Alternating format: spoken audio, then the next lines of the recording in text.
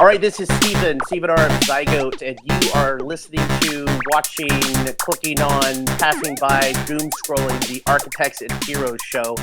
Today, I've got a really special guest, someone that I really started to interact with during the pandemic when we had originally been just in touch online, and then we did an art exchange, and we've kind of had this virtual relationship, and he's been on my list. I just told him he's been on my list to talk to for about 6 months.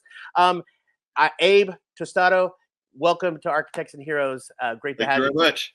I appreciate it. I know I finally get to talk to you live. It's been back and forth on either SoundCloud or Facebook or the phone or whatever. So yeah, finally get to see you live, get to work live. So I appreciate it.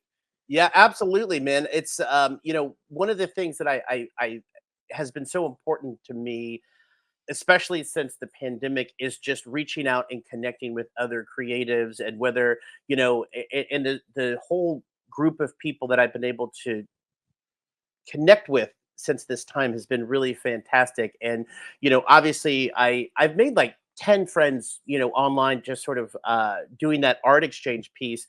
And when I started to dig into your artwork, I'm like, you've got, you pull one thread on your career, and all of a sudden you're like, oh my gosh, I would like you to just, tell me a little bit about your start, tell me a little bit about yourself, and then, you are known as a visual artist and known as a DJ as well. And I'm just wanting to hear a lot about you, and tell me how you got started, and where you are today and how you got there. Okay. Wow. Yeah. Well, gosh. Well, it all probably started because both of my parents were artists growing up. So that kind of had a big, big push and everything. My mom was a fine artist. My dad was an illustrator, and they divorced on early, and I kind of lived with my father, and I kind of grew up learning about illustrative and kind of illustrative styles with him. But it was more kind of later on, and when probably like around 1986, I moved in with my mom in Long Beach and started living with her. And that's where I think my art started getting really big, because I had the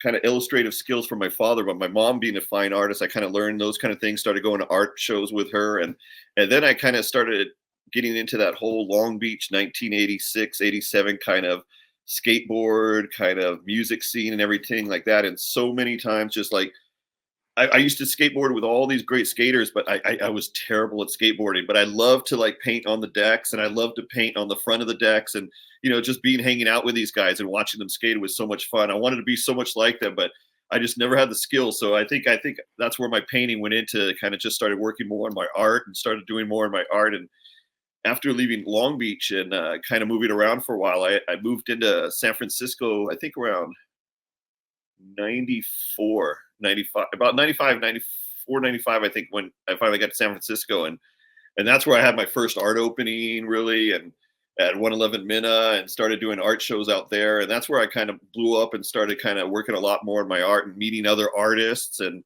hanging out with that whole art scene in there in San Francisco in that time. And that was such a great scene too, meeting so many great artists. It was, like Fish and Doze and there's so many great artists back there, and so many, they're still there, and it was just so much fun. And I just think that's where my music went into, and then the art and music kind of combined, and just kind of blew up from then, and kind of moved along and got married and live out here now in kind of Yucca Valley, right by Joshua Tree, and setting up my own studio and my own gallery. And it's just it's evolved so much from the little days. Like, I think my little days were just doing little silk screens, and now I'm full doing paintings and sculpture and everything. I just love it. I can never see myself not playing music or not doing art. Yeah, it's really interesting, because I think we're lucky to have come up in the time that we did, because I myself was in the Bay Area in San Francisco from 98 to 2005, and I feel like there was this parallel trajectory of like the .com boom, and then all of the creatives that were sort of drawn to the city at that time and drawn to the Bay Area at that time, because I had originally gone because I was a big fan of like Funky Techno Tribe and the Hard Kiss Brothers, and all the like the mid to late 90s rave scene that was going on there, and the full moon parties that were happening. I mean, I could just give you a laundry list of Oh things. God, did you ever That go was- to those? Did you ever go to those parties way out at where was it? God, they had those warehouse parties. Oh gosh, Oh, was that the Garth and Yano's yes, the Wicked parties? Yeah. Oh, those were yeah.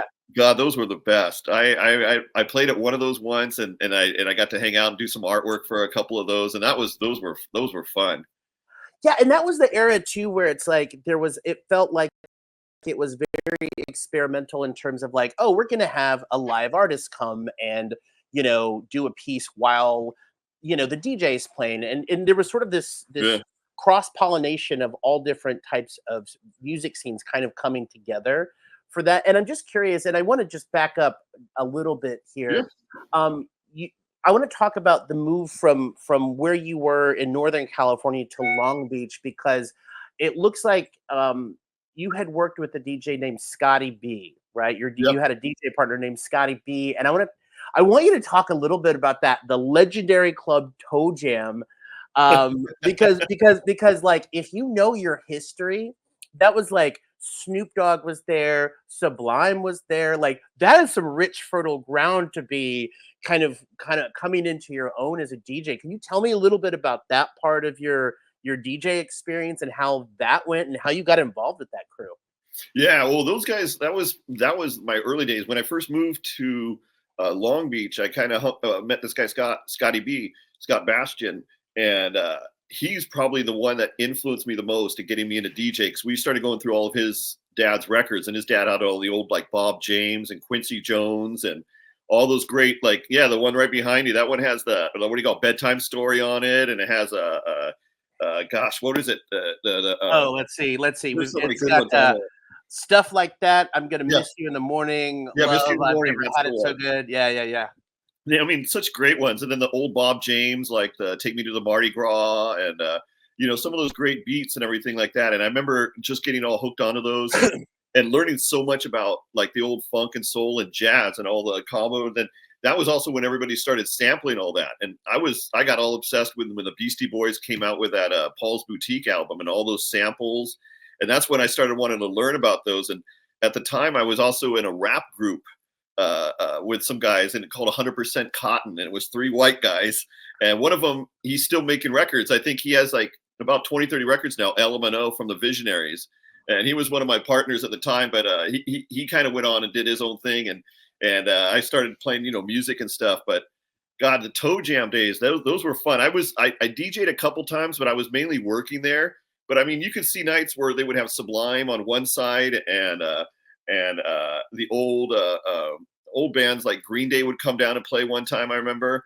And there was like so many punk bands and goth bands on one side, and then on the other side you had Uncle Jam from Uncle Jam's Army, who used to bring hip hop basically to Which the is West Coast. he basically is the nucleus of all things hip hop for the West Coast, like Uncle Jam's Army, Yeah, and the parties that they had.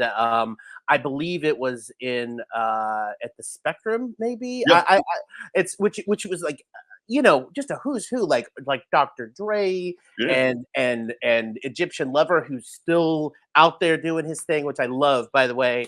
And that so to be there, I know of it from a mythological perspective Sure.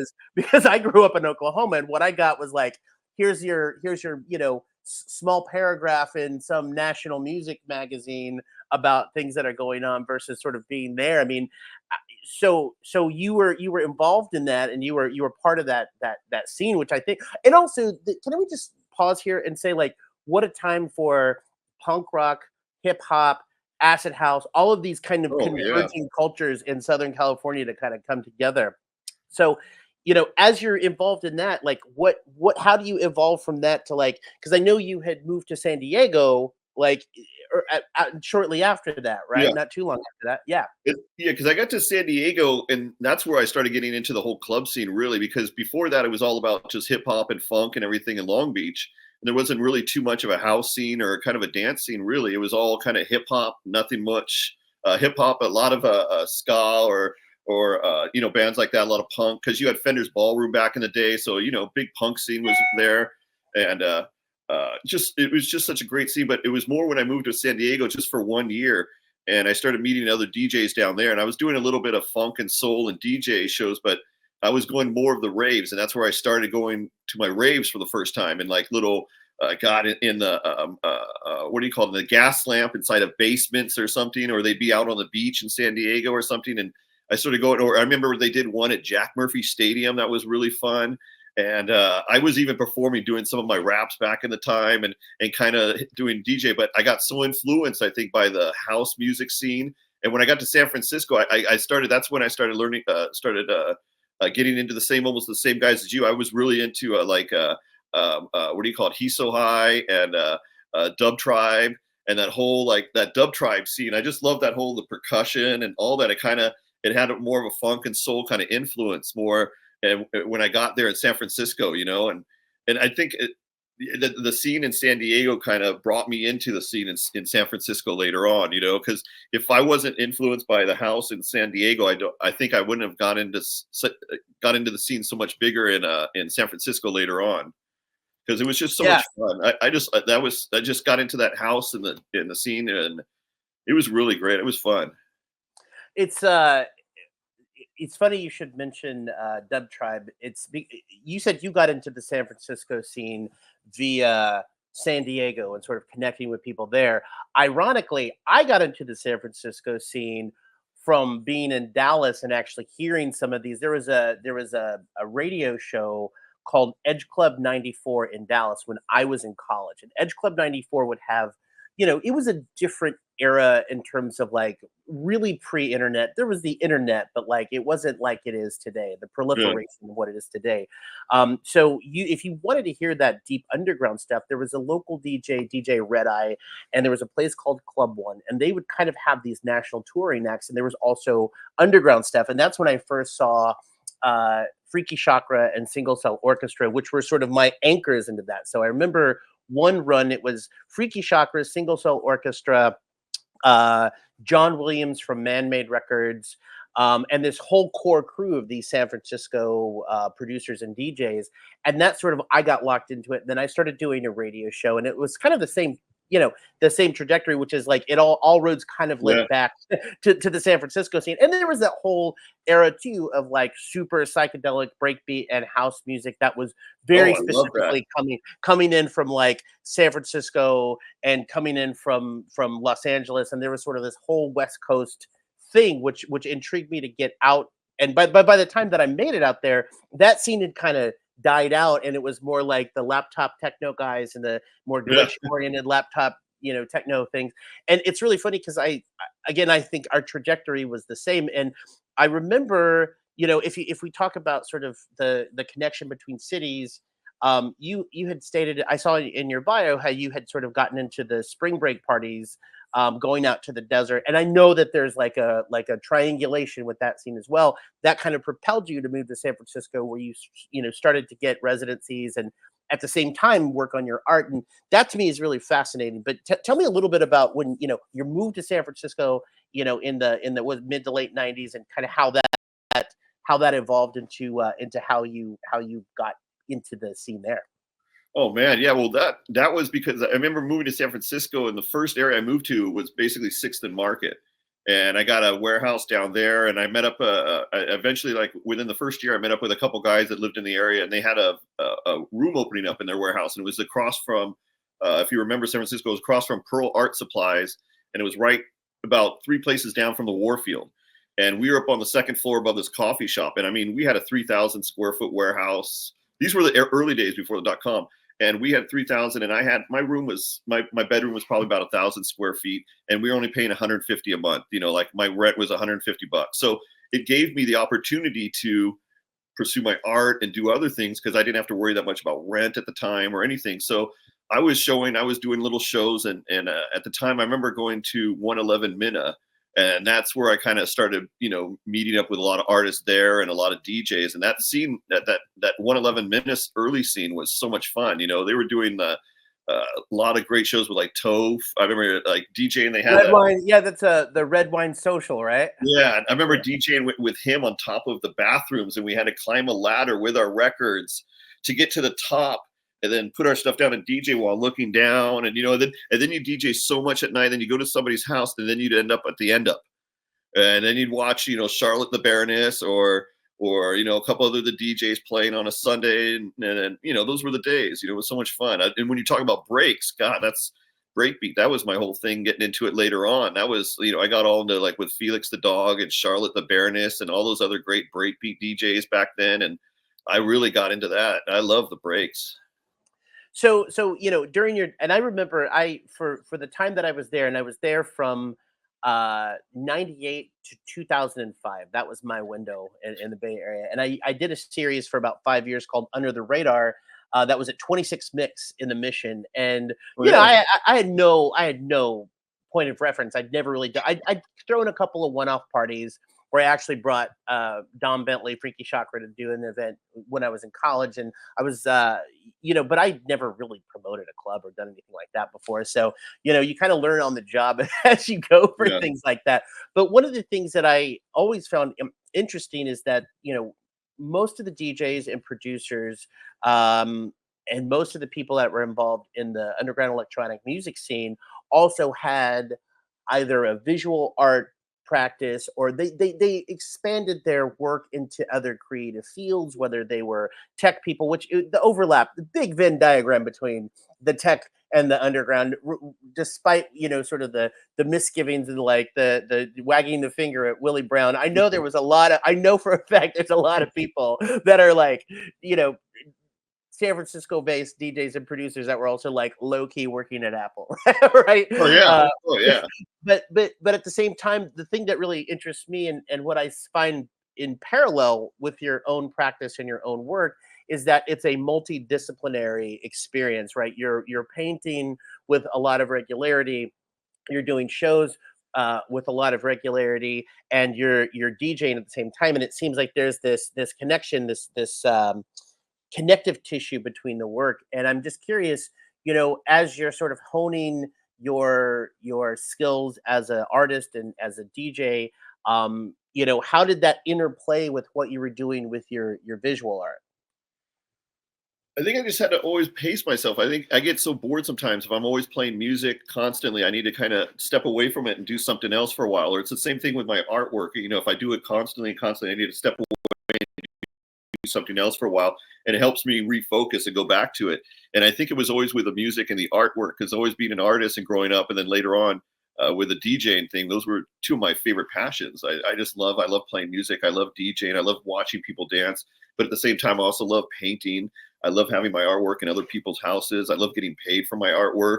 I love seeing my paintings in other people's places, or seeing my clothing on people that I don't know, or, and I just, I saw a while back, my buddy sent me a picture of Angelo from Fishbone wearing one of my shirts. So that got me like, I was really stoked on something like that. So that was really cool, and seeing stuff like that was awesome, So, it's kind of the visual medium also lends itself to the culture quite a bit, because it sounds like in your artwork that you were greatly influenced by skate culture and by some of the artists that were involved in that. So, from that vantage point, looking at the community that you had come from, and as your artwork started to become more the driving force in your career and in your practice, and actually becoming more of a career than it was a hobby.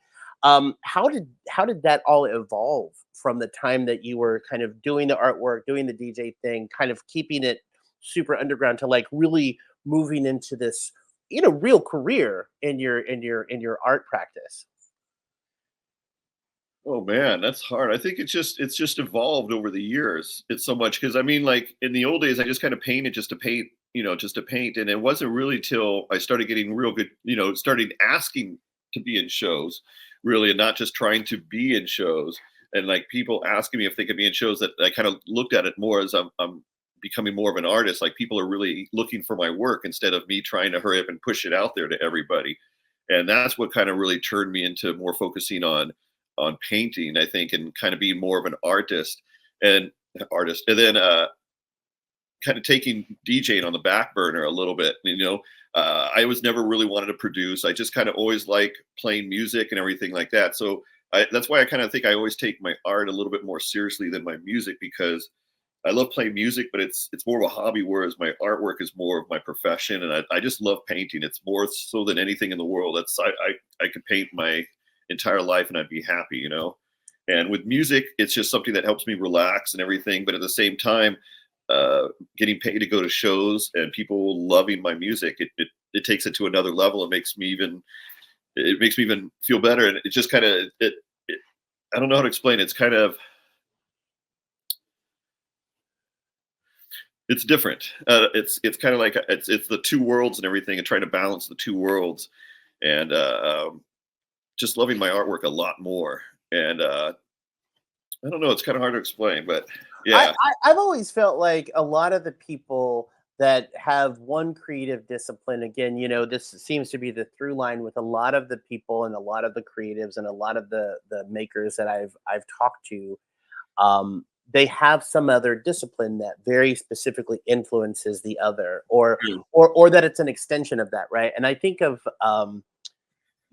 Shepard Fairey. I went to an opening at the Subliminal Gallery not too long ago, a few months back, and he was DJing all night, like for the entirety of the opening. He's back behind the decks DJing, having tacos, drinking beer, and it really was about, like, I felt, without it being sort of an explicit statement, that it was about, this is an extension of community building and kind of bringing people together to engage in sort of this creative dialogue almost between the music and the art and the culture that's there. But clearly his primary focus is on his visual art. Yes. But there's not really, it's like the interplay is so tight, right? And I know for me, look, I got a lot of stuff digitally. I'm not going to lie. I got a ton of stuff, and I do the digital DJ thing.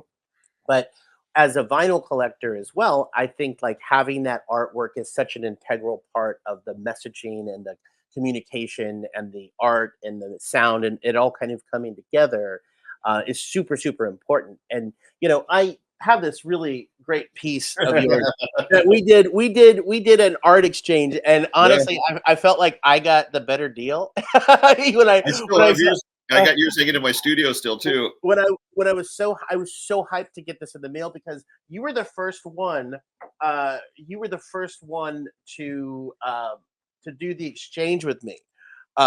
So and that started, like, you were one of like 10, 12 people that we like. I have a ton of work that has come from people. My collection is so crazy. Like, if I start looking at my collection, like, it's insane about, like, and the stories behind them, especially. But I was so stoked to get this piece of art in the mail, and Thank you. And I just want to kind of, I guess that through line again is like building community through these different channels and kind of really cultivating those relationships with other people that are doing things that are, which is why we're talking today. Honestly, This is exactly, we have so many friends in common, especially from the Bay Area, but to be able to kind of tangibly get engage with this, to me, is super important, because I'm the type of person that, I don't do well in sort of like the isolated artist where I'm just like heads down in the studio by myself doing stuff. Like, I want to have a community. I want to build a dialogue. I've got multiple projects that are kind of in flight right now, and all of them are kind of in this, because I've created a relationship with somebody and we're working on things together, and that's super important to me. And I know as a painter that can be kind of an isolating thing, but at the same time, you're really engaged with the community there. In Yucca Valley and beyond in the desert. Maybe you can talk a little bit about sort of your art career now, and kind of how this has culminated into things like the studio visits that you have coming up. I know there's an open studios that you're part of. Yeah. Tell me a little bit about the community that you're part of now, and what's going on there. Well, since my wife and I moved up here about, I think it was about 8-9 years ago, this community up here is just fantastic. It's a great art community. I mean, a lot of great artists up here. I mean, the open studios, I think there's 135 artists in this little area up here in high desert. And it goes from 29 Palms down to Morongo, Yucca Valley, Landers, Joshua Tree, all that kind of little area. And once a year we do the open studios, and it's usually the first 3 weekends of October. And all the artists open up their studios, and it's really great because it's different up here because people have land, and some people have like acres and acres. So they'll have like a big sculpture garden. They have bands playing. It's more of an event. So it's really fun up here because it's not just a lot of little galleries or little shows. There's a lot of big studios, big galleries, a lot of great artists. I mean, sculptures, digital artists, painters. And so since we moved up here, the house that we bought, I have my studio in the back, and we had an extra room, and I've converted this whole room into my own gallery. And so I have a gallery going on right now, and then I have my studio in the back. So open studios, I'm going to be having the gallery set up, and I'll have all my artwork up in there and stuff. And I'm even going to have a wall up with my mom, who I'm going to be showing for only the second time ever. And that's really like a big thing for me because, I mean, she's been showing, you know, for 50 years almost. So it's been great to have a little bit of her artwork up in there too. So she lives up here in the desert. You know, I got family up here. It's very inspiring up here too. Like, you know, it's just there's so many artists, there's so much collaboration, so much visuals, so much experience. It's a really great community up here. I love it. And I think this was one of the best things moving up here and starting and working in this art community. It's really fun. And so just to help it out, like I love doing stuff. I love doing projects. I've given out free art pieces. I've kind of hidden pieces in the desert, put them on my site for people to go find if they want. And it's just really, it's just kind of inspired me by living up here and moving up here. It's taken my art to a whole nother level, I think. You know, I noticed when I looked on your website that you have so much different variety in media that you have available. So you have clothing, you have canvases, you have jacket, you have just all kinds of different things. I mean, My tracksuits. yeah, no, and I love that, and I'm just curious, like, you know, as you have evolved as an artist and having your own, and congratulations on the gallery. Tell me Thank you. before we jump into, you know, the sort of the different media that you're involved in, can you tell me a little bit more about the gallery and how that started and kind of how that functions in your world as an artist? Yeah, well, I have the gallery right now that we've set up in the house, and eventually I'd like to. It was just an old room that was an outside, and the guy who lived here before us, he kind of converted it into a whole room. But we've taken it to another level and put up track lighting and built a bar in there, and kind of painted the walls now. And I did a big mural on the ceiling, and so just little by little, it's coming along. It's kind of my little dream to have my own little gallery. And to maybe eventually open it up on the weekends for people to come by and check it out. Have other artists in the community have shows over here. It's just a way of me kind of taking my art to another level as well, not just showing at galleries or trying to find shows. Whereas I can have my own shows at my own gallery, and I have my own guests that can come by or people that can come by, and I can open up at my own hours and have my own shows, and I can have my own artists in there if I want and bring in. So I kind of like that. It was fun. Do you have a name for your gallery? Not yet. I'm still thinking about it. Just Abe Tostado. Right now, it's for the open studios. It's Gallery 101, and that I want to change. I would love to keep it as that because growing up in the skate community and with all my buddies back in the day, we used to praise the number 101 because we were all obsessed with the book 1984 and 101 and Big Brother's watching you. And you can even see that when you saw the show recently you were just talking about with Shepard Fairey, and he has the eyeballs and the Big Brother watching you. And the mural I did on the ceiling, since it is Gallery 101, I did a big mural of an eyeball on the ceiling. So it kind of makes it look like a big eyeball looking in on you at the gallery. That's so awesome. Cool. Yeah. And you're going to keep that name, you think, or you haven't really decided? I would love to keep it Gallery 101. It would be really cool, but I would just have to see, because every year they have it, they choose the numbers for all the different artists, but I would love to keep my Gallery 101 and just keep that forever. I mean, I like the Gallery 101, but I also like Abe Tostado. It's hard to find a good name because that's forever. And for me, I always like to change things. I don't know. I kind of, Yeah, no, I know. I mean that I love the name Subliminal Gallery. I love the name 101. And it's really interesting as an artist, you kind of, and I know that you and I are kind of cut from the same cloth because Yeah. I'm never one to, I curated an event. I've curated a number of different art shows and things over the years, and I just don't wait for. I don't wait. I'm more of a forgiveness versus permission DIY punk rock. Let's Yeah. go get shit done. And Yeah. I love the fact that you are kind of coming from that same place. And I'm curious, like, to see the proliferation of your work and to see the different mediums that you've worked in.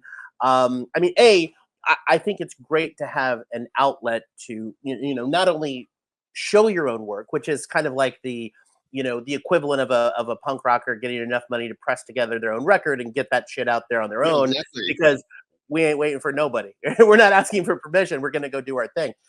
Which, so props for that. But also building that community again, you're like, I want to bring in other people, I want to Yeah. have events here, I want to do things here. I think that's great.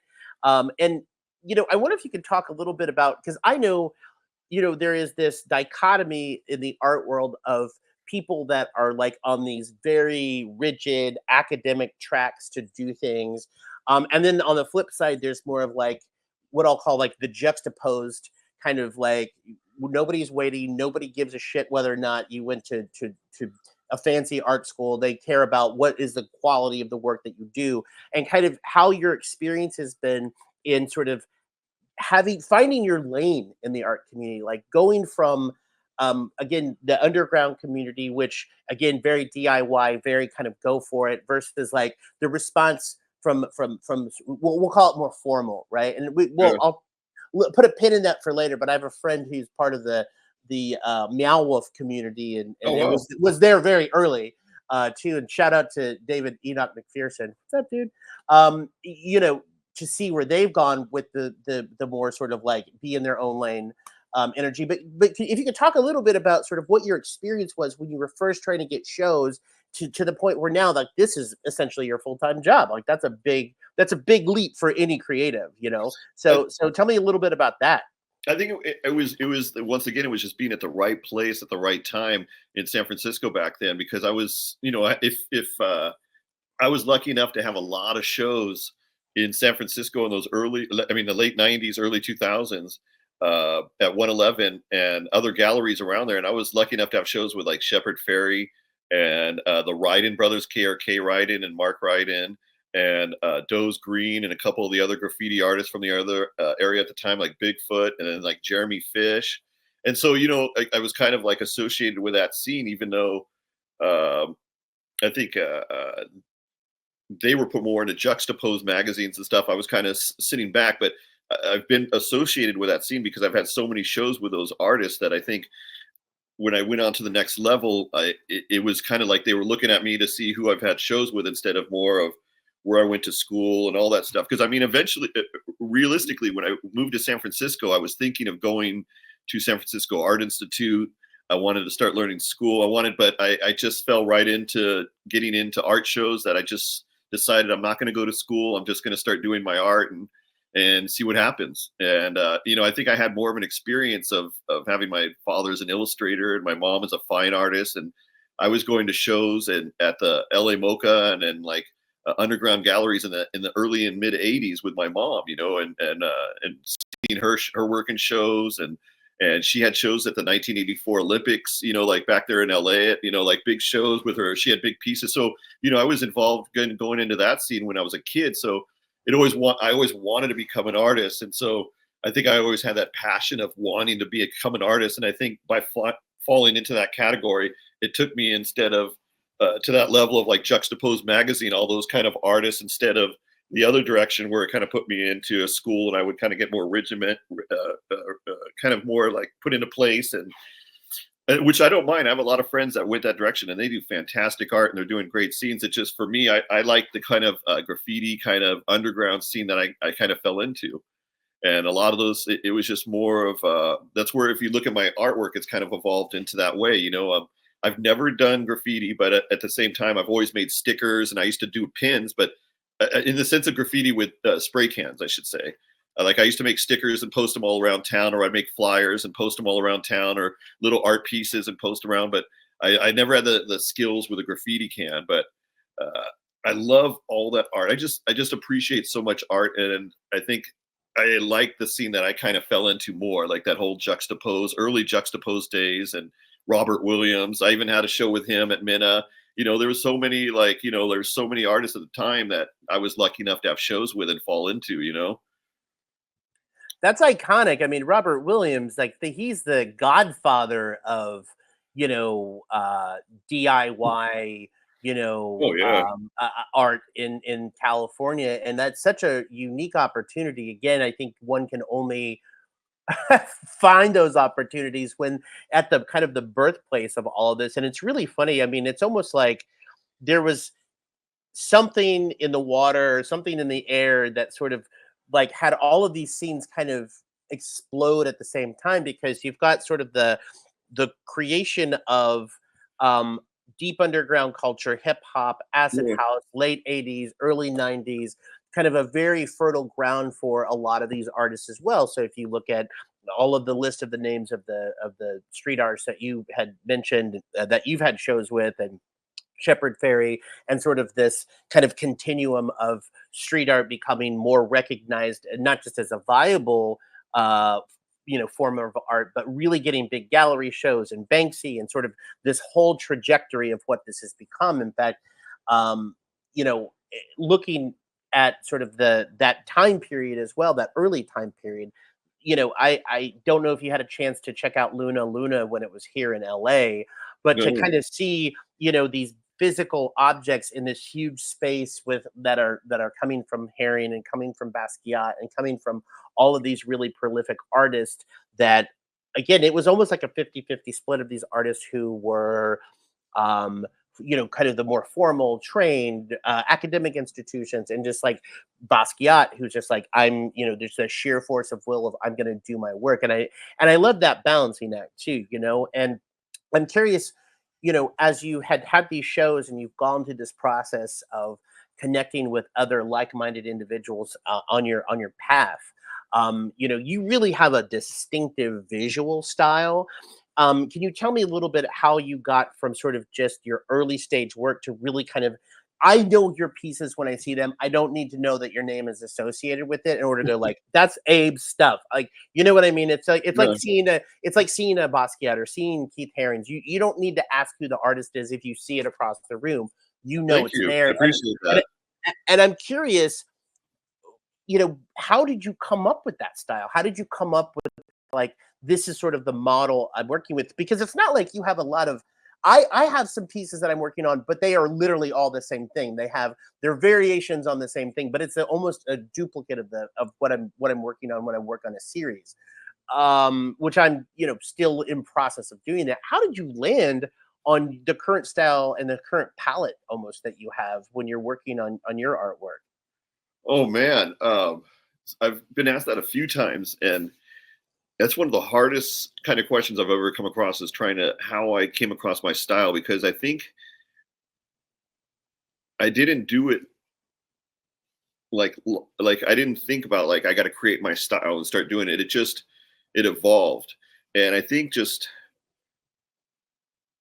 like all the shows that I've had, and then the books that I've read, and how I've kind of like in my early days, I used to do nothing but realism. And I kind of got into the realism. And then when I got into the graffiti and seeing the guys that did the graffiti at the art shows and stuff like Robert Williams, I started kind of seeing more of the juxtaposing kind of positions and stuff. And then I was reading books at the time on surrealism and on Picasso and all that stuff. So, you can see my stuff getting a little cubist, a little. And I think after years and years of just kind of tweaking it here and there, and tweaking my artwork, and just kind of practicing over and over and over again, I think my style just kind of finally evolved. And it comes about I think a lot of people see it in the eyes and the color. It's always the bright colors and the eyes. And they're always like, it's your eyes. I can always tell it's your eyes. When I look at you and I see the paintings, it's always your eyes. And It's so fully your eyes. Like, oh, we could do like a side by side comparison. Yeah. So it's all you. You know what that is? That's wild. Oh yeah, my I remember god. people always think it's always, I think every painting I do has a little bit of a self-portrait. of me in it. So I mean, every painting has a little bit of a self portrait, especially if I'm doing it with the eyes, and it's subconsciously. I do it all the time, and I think over the years it's just kind of evolved and evolved, and a lot of people see that with a style, and it's always the colors, the sharp edges, and very clean, and the eyes, and that's always been my kind of style. And I've tried to drift away a little bit, but I always fall right back into the same place and same kind of that area that I go to. That's excellent. I finished this one right here with my turntables. Oh wow! Look at that. That's awesome. Yeah. Man, well, it must be so nice to be able to have I live on the very west side of Los Angeles, and I'm in a fairly small space. So everything I have to do is kind of confined. And to see I'm very jealous to see anybody being able to work on a very large canvas. I guess I haven't been able to find a space to do that just yet because I'm in a small space, and there are a lot of mammals in and out. So I'm very jealous. I'm very jealous of what you're doing. That was exactly like how I felt when my last place I lived in. Was on 9th and Folsom in San Francisco before I moved here, and my wife would come by the house all the time, and she would see my artwork, and I had it was 350 square foot room, so it was small, and I had all my paintings everywhere. All the walls were covered. I had them stacked, and my records, so you could barely walk in the place. And I always wanted to do large canvas too. So finally now that I've moved down here, I'm the same way with you. I have open space now. I have a bigger space, and I've done nothing but big paintings, and I love that I can do big painting. But now the problem is I don't have anywhere to store them. I have 3 or 4 big paintings, but now I don't have anywhere to put them. So now I got to find a place to store them out in the back or something so they don't get ruined by the elements. I can't keep them out back against the wall or something out here because the sun is so bright, and I don't have to worry about the rain. We only get rain twice a year, but it's mainly the sun. It's the sun, and you get the bugs, and the dryness of the wood. It'll start to crack, because all the heat, and so you got to find places inside. That's the only thing. That's another element, or the elements, right? Yeah. Kind of how your artwork exists within a space. And I'm a very, very slow worker, right? So it's taken me a long time. I've dedicated myself to doing this series of 10 paintings, and again, because of the space that I'm in, and they're not small necessarily. In fact, here's one of them right behind us. So they're not, okay. they're works in progress. They're not small. So I'm there's a lot of shuffling things around and kind of moving things around. And I'm like, okay.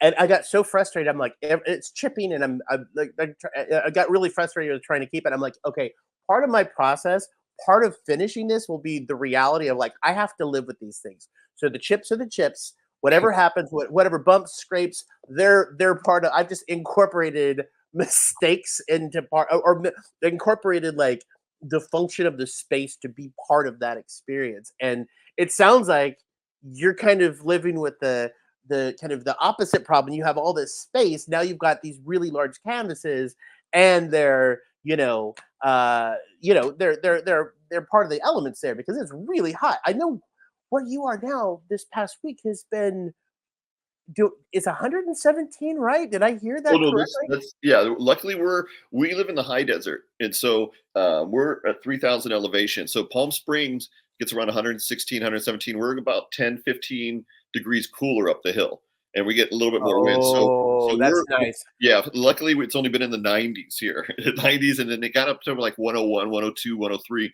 And next weekend it gets down to the 80s, but then it gets back up to the 90s again. But luckily, it does get hot up here, but luckily it doesn't get as hot as down in Palm Springs or down there in the low desert. We're lucky enough to be in a higher elevation and kind of get the winds, and it's nicer up here. I like it, but we do get you do get the heat, you do get the sun, so there can be other things that you have to worry about up here too. You got snakes, you got scorpions. Oh my God, yeah. It's really interesting though, because there is such a fertile community of creators that have. I know a lot of folks. I know personally 3 or 4 different friends that they moved themselves and their families out to the desert during the pandemic. Yeah. I think one, because the real estate is is something that they could get into here where they couldn't even think about doing that in Oh yeah. Los Angeles or San Francisco. But also because there is that they are very specifically drawn to the desert for the community of people like you that are out there. And I'm curious, are you working with any other groups of people, any collectives, any other artists or musicians or DJs or producers that are out there currently that you'd like to talk about? Well, right now with the music, I am working with a couple other DJs out here, a couple other local DJs, and we do have a little collective, the Desert Groove Collective, and that's been really fun. It's a kind of a group of about, I think there's 6 of us. My buddy Matt McCarthy and Phil Bronco from the San Francisco area used to play up there, and play up there all the time. Played at Minna and stuff like that. Phil Bronco, he was another really well known DJ, and Tomas, my buddy Tomas, and my buddy Paul. And there's a whole bunch of a great DJ community down here. Tomas's wife Chanel, and there's a great bunch of DJs and playing at a whole bunch of functions. There's one little bar club we all play at called Mas o Menos, and it's really nice. And and they have a great little art scene in there too, and great music and great food. And so it kind of brings a lot of people together. They have a lot of after parties for a lot of shows. They work. Mas o Menos also works a lot with the open studios, so you see a lot of artists there when you play. And there's like it's great up here because there's really only like 2 or 3 established galleries, but a lot of other artists have galleries in their houses. So you could be going to shows at someone's house, and it's they have all their artwork up, where it's a music studio too that has a whole bunch of artwork up. So it's not really kind of like LA or anything I've been to where you go down the street and there's a gallery. It's more of like you got to know somebody, and then you go find out that he has a gallery, and then you get invited to one of their shows, and they have 2 bands playing with their artwork up, and it's out in the middle of the desert. They got some guy making tacos off to the side, and it's a whole different scene, but it's so much fun up here. Yeah, I love that energy though. That's great because it really feels more like it's community forward. Where Yeah, it is. even in less like a place like LA. I mean, LA is. I love living here, and I love this city. I love being here. I've been here since 2008, and I don't see myself leaving anytime soon. But because of the size and the scale, when you live in a county of 10 million people, fostering that community is a different thing. Trying to connect with people and foster a community that doesn't feel tribal, that feels more like not like us versus you guys because we're doing, doing Yeah. similar things. I found that really challenging, to be honest. Like, so I do tend to work with people or connect with people that are in different places that are maybe smaller places where there's a sense of like we can play and experiment and do things, and not everything has to be like, you know, I don't know. I like the Yeah. energy of what you're talking about because it does feel like early underground rave culture too, because you've got people that it's very community oriented. It's about Yeah. the people that you normally would hang out with. There's just thousands of them, Yeah. different type of thing, And you got and a lot of people that run the galleries or do stuff are old punk rockers too. You got like one of the best galleries out here, La Matadora, the lady Colina who owns it. She comes from Tucson, and she comes from that whole scene too. And she just runs that gallery kind of old style too. She has like a lot of artists just come in. They're throwing up their artwork. And she works a lot with the community. She works a lot with a lot of local artists. There's another a gentleman, Rollo, and he used to do a lot of stuff for a lot of posters back in the day for all the punk rock shows and all the shows. And he has a whole community up here, and he does a lot of stuff for the art community up to. He has 3 different locations. And so, I mean, it's just really good. We don't have the funding, I don't think, like LA. So we all kind of look out for each other. And you do have a lot of shows. A lot of people, if you do have shows, it's great because a lot of the community does show up to the shows because it's such a small community that you have one show everyone wants to support. And it's a really good supportive artist community up here. I love it. I think it's on that level like San Francisco that I used to be on, where you get to work with a lot of artists. You get to go to so many galleries. You get to see so many people's shows and so many people's houses that just collect art. And it's a whole different scene. I've sold more paintings, I think, down here than I did when I lived in San Francisco. Wow. So, it's just you get a lot more supportive community. It's really it's great down here. Is it getting to the point, because I know in recent years there's been such a creative influx of people and energy coming into the desert, in where you're located. And I know there's Desert X that gets a lot of visibility every Yeah. year. I know that in like the Palm Springs museum, has gotten a lot of traction in recent years in terms of like switching up their programming and having Yeah. DJs there at night. And shout out to Sean Patrick too, who's like one of the resident DJs out there, Oh, um, and, good. and and a friend of mine as well. And I'm curious, are you finding that there's more institutional support? I mean, have you connected with anyone in more of that formal capacity, that are doing things in the city in terms of support for the art scene Um, there?